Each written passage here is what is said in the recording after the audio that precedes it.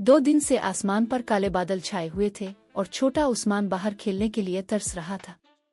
इसने माँ से कहा, मामा, बारिश कब रुकेगी? मुझे खेलना है। माँ मुस्करा कर, बेटा दुआ करो, अल्लाह से प्यार से मांगो, वो जरूर सुनता है।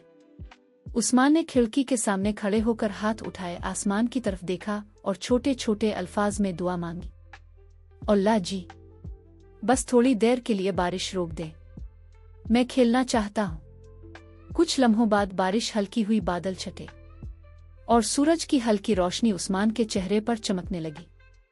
माँ खुश होकर देखा, तुम्हारी दुआ ने बादलों को पीछे हटा दिया। उस्मान ने खुशी से छलांग लगाई और दौड़कर बाहर चला गया। कभी कभी दिल से की गई छोटी सी दुआ आसमान तक जा पहुंचती है।